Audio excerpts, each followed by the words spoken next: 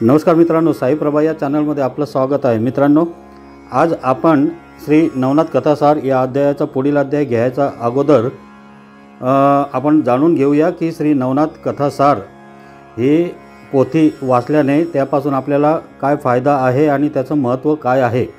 ही पोथी फक्त वाचल्याने नाही तर ऐकल्याने सुद्धा याचा तेवढाच फायदा होतो।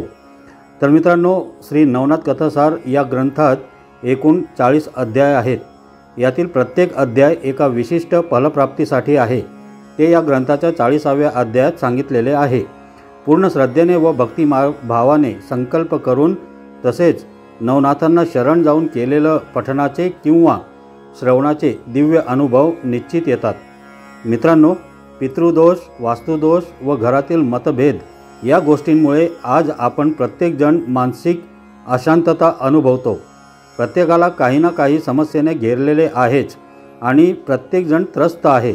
अशा असंख्य गोष्टीच्या त्रासातून मुक्त होण्यासाठी अध्यात्मशास्त्र व नाथ संप्रदायामध्ये यावर एक प्रभावी आध्यात्मिक उपासना सांगितली आहे। ते म्हणजे श्री नवनाथ कथासार या ग्रंथाचे वाचन किंवा श्रवण।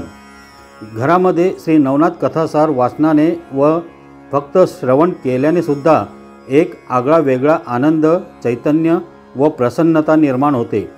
विशिष्ट समस्यांवर जसे नोकरी, व्यवसाय, विवाह, शिक्षण, आरोग्य यामध्ये येत असणाऱ्या अडचणींवर संकल्पयुक्त श्री नवनाथ कथासार वाचन व श्रवण केल्यास हमखास अनुभव येतो। तर मित्रांनो, आपल्याला वाचायला वेळ नसेल तर फक्त रोज ऐकले तरी पारायण केल्याचेच फळ मिळते। तर मित्रांनो, सुरू करूया पुढील अध्याय। अध्याय 30वा। भर्तरीस दत्तात्रेयाचे दर्शन, चौरंगीची व गोरक्ष मच्छिंद्रनाथाची भेट, पूर्व इतिहास। गोरक्षनाथ भर्तृहरीस घेऊन गिरनार पर्वतावर दत्तात्रेयाकडे गेल्यानंतर तेथे तो 3 दिवसपर्यंत राहिला। मग दत्तात्रेयाची आज्ञा घेऊन गोरक्षनाथ मच्छिंद्रनाथाकडे जावयास निघाला। त्यावेळेस मला बहुत दिवस झाले मच्छिंद्रनाथ भेटला नाही, म्हणून त्यास एकदा माझ्या भेटीस घेऊन ये, असे दत्तात्रेयाने गोरक्षनाथास सांगितले। इकडे दत्तात्रेयाने भर्तृहरीस नाथपंथाची दीक्षा देऊन आपला वरद हस्त त्याच्या मस्तकावर ठेविला व त्यास चिरंजीव केले। मग त्याच्याकडून अभ्यास करविला। ब्रह्मज्ञान, रसायन, कविता, वेद ही सर्व व संपूर्ण अस्त्रविद्या शिकविल्या आणि साबरी विद्येतही त्याशी निपुण केले। नंतर नाग अश्वत्थाच्या ठायी असलेल्या संपूर्ण दैवतांचा आशीर्वाद मिळावा म्हणून त्यास तिकडे पाठविले। तेथे जाऊन भर्तृहरीने 52 वीर अनुकूल करून घेतले। मच्छिंद्रनाथाप्रमाणे त्यासही सर्व देव अनुकूल होऊन वर देऊन गेले।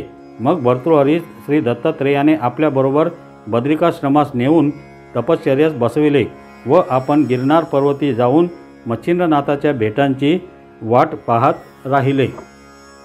दत्तात्रेयास विचारून गोरक्षनाथ निघाल्यानंतर तो गर्भगिरीवर येऊन मच्छिंद्रनाथास भेटला व त्याने त्यास दत्तात्रेयाचा निरोप सांगितला। मग दत्तात्रेयाच्या दर्शनाकरिता काही दिवसांनी दोघे जण निघाले। ते वैदर्भ देशाचा मार्ग लक्षून जात असता कौंडण्यपूर नगरात गेले। तेथे ते भिक्षेकरिता हिंडत असता त्याच्या असे दृष्टीस पडले की तेथील शशांगर राजाने क्रोधाविष्ट होऊन आपल्या मुलाचे हातपाय तोडून त्यास गावच्या चव्हाट्यावर टाकून दिले आहे। शशांगर राजा मोठा ज्ञानी, धीट, उदार, सामर्थ्यशाली, सत्वस्थ व तसाच सद्गुणी असताना मूलची इतकी भयंकर दशा करून टाकण्या इतका राजा का रागावला? राजा रागावण्याचे कारण असे आहे की ज्या मुलाचे हातपाय तोडले तो राजाचा औरस पुत्र नसून शंकराच्या आराधनेमुळे तो राजास कृष्णा नदीत प्राप्त झाला होता। पुत्र मिळण्यापूर्वी बरेच दिवस राजास संतान नव्हते, त्यामुळे तो निरंतर उदास असे। राजाची ती अवस्था पाहून त्याची स्त्री मंदाकिनी म्हणत असे की मुलासाठी असे खंती होऊन बसण्यास अर्थ नाही। नशिबी असेल तर संतान होईल। विचार करून काळजी वाहण्याचे सोडून द्या। चिंतेने शरीर मात्र झिजत चालले आहे। अशाने संसाराची धूळधाण होऊन जाईल। अशा रीतीने राणीने त्यास उपदेश केला असताही त्याचे चित्त स्वस्थ होईना। मग राजाच्या मनात शंकराची आराधना करण्याचे येऊन त्याने प्रधानास बोलावून आणले व राजाचा संपूर्ण कारभार त्याच्या स्वाधीन केला। मग रामेश्वरात जाऊन शंकरास प्रसन्न करून घेण्याचा विचार ठरवून राजा स्त्रीसह तेथे जावयास निघाला. तो फिरत फिरत कृष्णेच्या संगमावर आला. तेथे शंकराने त्यास स्वप्नात दृष्टांत दिला की तू काही काळजी करू नको, तुला येथेच पुत्र प्राप्त होईल. कृष्णा व तुंगभद्रा यांच्यामध्ये माझे वास्तव्य आहे. समागमे पार्वतीही आहे. तरी तू आमची पूजा येथे नित्य करीत जा. याप्रमाणे दृष्टांत झाल्यानंतर तो संगमावर मित्रडोहात पोहू लागला असता तेथे एक जुनाट लिंग त्याच्या दृष्टीस पडले. मित्रडोहात पाहू लागला असता तेथे एक जुनाट लिंग त्याच्या दृष्टीस पडले. त्याची राजाने मोठ्या समारंभाने अर्चा करून प्राणप्रतिष्ठा केली. हाच रामेश्वर आहे अशी त्याची निष्ठा जडली. मग तेथे दर्शनासाठी पुष्कळ लोक नित्य जाऊ लागले व जय जय शिव संगमेश्वर असे बोलू लागले. राजा संगमेश्वरी नित्य पूजा करून त्यावर निष्ठा ठेवून कालक्रमित राहिला.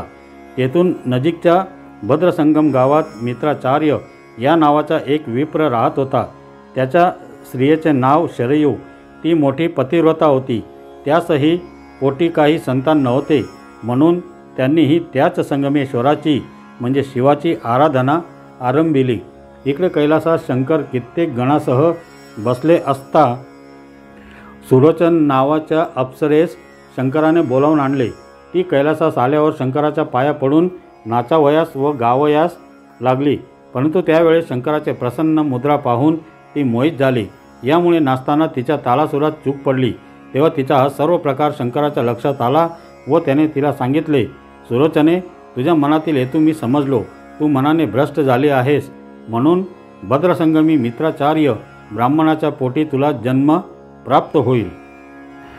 शंकराने सुलोचनेस असा शाप देताच ती भयभीत झाली. स्वर्गच्युत होणार म्हणून तिला फारच वाईट वाटले. शंकराशी रत होण्याचा विचार मनात आणल्याचा हा परिणाम अशी तिची खात्री होऊन तिला परम दुःख झाले. मग तिने शंकराची स्तुती करून उशाप देण्याकरिता विनंती केली.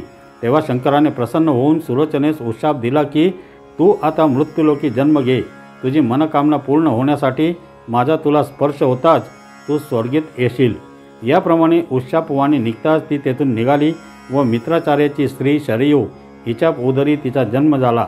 शरयू गरोदर होऊन 9 महिने पूर्ण होताच ती प्रसूत होऊन कन्या झाली. ती कन्या मूळची अप्सरा असल्यामुळे तिचे स्वरूप अप्रतिम होते. तिचं नाव कदंबा असे ठेवण्यात आले. कदंबा 12 वर्षाची झाली तेव्हा तिच्या बापाने तिच्याकरिता वर पाहण्याचा प्रयत्न चालविला, परंतु लग्न करण्याची तिची मर्जी नव्हती. ती रात्रंदिवस शंकराचे ध्यान करण्यात निमग्न असे. शंकराची पूर्ण पूजा करण्यासाठी आईबाप ती नित्य जात. त्यांच्या समागमे ती नियमाने जात असे. परंतु ती मोठी होऊन तिला जसे समजू लागले तशी ती एकटीही शंकराच्या पूजेस देवालयात जाऊ लागली. एके दिवशी ती एकटी शिवालयात गेली होती. त्यावेळी देवळात दुसरे कोणी नव्हते. जय शंकर म्हणून शिवाच्या पाया पडून मस्तक जमिनीस टेकताच शंकराने आपले प्रत्यक्ष रूप प्रकट केले. तिला पाहताच शिव कामातूर झाला. मग तो तिला धरण्याचा विचार करून धावू लागला. तेव्हा ती तेथून निसटून पळू लागली. शिवानेही तिच्या मागोमाग धावत जाऊन तिला धरले, पण शंकराचा स्पर्श होताच ती सुलोचना पूर्ववत अप्सरा होऊन स्वर्गास गेली. परंतु कृत्य फसल्यामुळे शंकराच्या भलतीकडे वीरपात होऊन रेत कृष्णा नदीत गेले. पुढे शशांक राजाने स्नान करून अर्घ्य देण्यासाठी हातात उदक घेतले. तो ते वीर हातात आले व राजास ओंजळीत मनुष्यदेहाचा पुतळा दिसू लागला. मग आपणास शंकराने प्रसन्न होऊन अयोनी संभव पुत्र दिला असा मनाशी विचार करून अति हर्षाने घरी जाऊन राजाने तो मुलगा मंदाकिनी राणीच्या स्वाधीन केला व तिला समग्र वृत्तांत निवेदन केला. ब्रह्मदेव, शंकर, विष्णू, इंद्र, बृहस्पती यापैकी कोणीतरी हा अवतार घेतला असावा असे त्यास वाटले. मग राणीने आनंदाने त्यास स्तनाशी लावताच पान्हा फुटून मुलगा दूध पिऊ लागला. त्याचे नाव कृष्णागर असे ठेवले व रीतीप्रमाणे सर्व संस्कार केले. मग काही दिवस तेथे राहून राजा कौंडण्यपुरास गेला.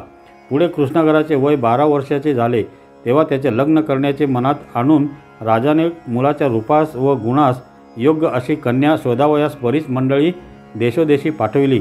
त्या मंडळींनी अनेक स्थळे पाहिली, पण मुलाच्या योग्य मुलगी त्याच्या पाहण्यात येईना. मग ते सर्व परत कौंडण्यपुरास गेले व त्यांनी सर्व मजकूर राजाच्या कानावर घातला. पुढे काही दिवसांनी मंदाकिनी राणी मरण पावली. तिच्या वियोगाने राजास परम दुःख झाले. राजाने वर्षश्राद्धापर्यंतचे तिचे उत्तर कार्य केले। पुढे राजास मदनाची पीडा होऊ लागली, पण पुन्हा लग्न करण्यास त्याचे मन धजेना। शेवटी लग्न करण्याचा निश्चय करून त्याने प्रधानास आपल्याजवळ बोलावले व त्यास आपला मनोदय सांगितला आणि माझ्या योग्य एखादी मुलगी तुझ्या पाण्यात आहे काय असे विचारले। तेव्हा प्रधानाने सांगितले की पुरोहिताने बऱ्याच मुलींच्या टिपणांच्या नकला करून आणलेल्या आहेत, त्यापैकी घटित पाहून कोणत्या मुलीशी जुळते ते पाहावे, मग त्याचा विचार करून लग्न जुळविण्यास ठीक पडेल। मग प्रधानाने पुरोहितास बोलावून आणले व मुलीच्या सर्व पत्रिका पाहिल्या। त्यात चित्रकूटचा राजा भुजध्वज याच्या कन्याशी चांगले जमलं। ती मुलगी ही अत्यंत रूपवती असून उपवरही झालेली होती। मग ही कामगिरी बजावण्याकरिता राजाने आपल्या प्रधानाला चित्रकूटास भुजध्वज राजाकडे पाठविले। त्याने तेथे जाऊन त्या राजाची भेट घेतली व त्यास सर्व मजकूर कळविला। भुजध्वज राजासही ही गोष्ट मान्य झाली। पत्रिका काढून पाहता काही नडण्याजोगे आले नाही। मग त्यास मुलगी देण्याचे त्या राजाने कबूल करताच प्रधानाने पत्र लिहून आपल्या राजाकडे दूत पाठविला। तो कौंडण्यपुरात गेल्यावर पत्र वाचून शशांकर राजास परमानंद झाला। तो लग्नासाठी चित्रकूटास गेला। लग्न सोहळा उत्तम प्रकारे पार पडला। नंतर भुजावंती स्त्री घेऊन राजा आपल्या नगरात परत आला। त्यावेळी भुजावंती वय 13 वर्षाचे व कृष्णागर पुत्राचे वय 17 वर्षाचे होते। एके दिवशी अशी गोष्ट घडून आली की सापत्न पुत्राची व तिची नजरानजर झाली। त्यापूर्वी तिने त्यास निरखून पाहिलेले नव्हते। एके दिवशी राजा शिकारीस गेला असताना राजपुत्र वावडी उडवावयास बाहेर पडला होता। त्यास पाहताच भुजावंती कामाने व्याकुळ झाली। मग तिने दासीस बोलावून सांगितले की तो पलीकडच्या घरी वावडी उडवीत आहे, त्यास माझ्याकडे घेऊन ये। आज्ञा होताच दासीने कृष्णागराजवळ जाऊन तुला तुझ्या सापत्न पत्नीने बोलाविले आहे असा निरोप कळविला। आईने निरोप पाठविला म्हणून राजपुत्र आनंदाने दासीबरोबर भुजावंतीकडे गेला। त्यापूर्वी तो एकटाच तिच्या भेटीस गेला होता। त्यानंतर ही दुसरी भेट बहुत दिवसांनी होण्याचा योग येत असून आपली माता आपणास बोलावून नेत आहे म्हणून आपले भाग्य उदयास आले असे त्यास वाटू लागले। त्यावेळी भुजावंती रंगमहालाच्या दाराशी त्याची वाट पाहत उभी राहिली होती। इतक्यात दासी कृष्णागरास घेऊन तिकडे आली व राजपुत्रास भुजावंती दाखवून निघून गेले। कृष्णागर सापत्नी आईजवळ गेल्यावर त्याने आईस नमस्कार केला, परंतु कामाने व्यतीत झाल्यामुळे तिने हा आपला मुलगा आहे हा विचार एका बाजूस ठेवून अन्य नजरेने कृष्णागराकडे पाहिल्याने तो मनात दचकला। ती त्याच्याजवळ जाऊन व त्याचा हात धरून मला यावेळेस भोग देऊन माझा काम शांत कर असे तिने त्यास उघड सांगितले। तसेच त्याने वश व्हावे म्हणून तिने 2 शब्द बोलून बराच आग्रह केला। त्यावेळी कृष्णागराने संतापून तिची भीड न धरिता तिला अतिशय फजित केले। तो तिला म्हणाला, तू माझी प्रत्यक्ष सापत्न माता आहेस, असे असता तू आज माझ्याशी पापकर्म करावयास प्रवृत्त झालीस। तू काय रानातले जनावर आहेस? स्त्रियांची जात अमंगळ व दुष्ट त्या कसा अनर्थ करून सोडतील याचा नेम नाही असे बोलून हात झटकारून तो पुन्हा पतंग उडवावयास गेला। त्यावेळी कामाने आपला अंमल भुजावंतीवर बसविल्यामुळे ती देहभान विसरली होती। जेव्हा हा आपला सापत्न पुत्र आहे असे तिच्या पूर्वी पुन्हा लक्षात आले तेव्हा ती भयभीत होऊन गेली। तिने दासीस बोलावून सांगितले की मगाशी मी तुझ्याजवळ जो पुरुष आणविला तो कोणी परका नसून माझाच सावत्र मुलगा होता। यामुळे मोठ्याच अनर्थाची गोष्ट आपल्या हातून घडली आहे। आता तो राजास ही हकीकत सांगेल व ती ऐकल्यावर राजा माझा प्राण घेतल्या वाचून राहणार नाही। यास्तव आता विष खाऊन आपणच जीवाचा घात करावा हे चांगले, म्हणजे ही घाणेरडी गोष्ट उघडकीस येणार नाही। तर मित्रांनो, भर्तरीस दत्तात्रेयाचे दर्शन, चौरंगीची व गोरक्ष मच्छिंद्रनाथाची भेट व पूर्व इतिहास या नावाचा 30वा अध्याय येथे समाप्त झाला। श्री नवनाथ महाराज की जय।